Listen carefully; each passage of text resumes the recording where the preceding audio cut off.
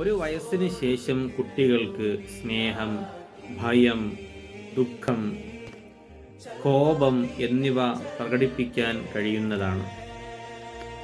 ഈ അവസരത്തിൽ സന്തോഷമുണ്ടാകുന്ന വിധത്തിൽ കുട്ടികളോട് പെരുമാറണം. 1-2 വയസ്സ് കാലയളവിൽ ഒരല്പം സമയം പോലും മാതാവിൽ നിന്ന് കുഞ്ഞ് പിരിഞ്ഞിരിക്കാൻ ആഗ്രഹിക്കുകയില്ല. അതവർക്ക് സഹിക്കാൻ കഴിയാത്ത സമയമാണ്.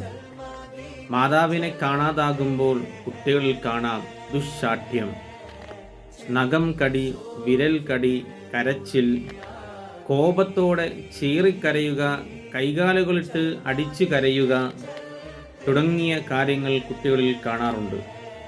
3 വയസ്സാകുന്നത് വരെ കുട്ടികളിൽ നിർബന്ധമായും മാതാവിൻ്റെ പരിചരണം ഉണ്ടായിരിക്കേണ്ടതുണ്ട്.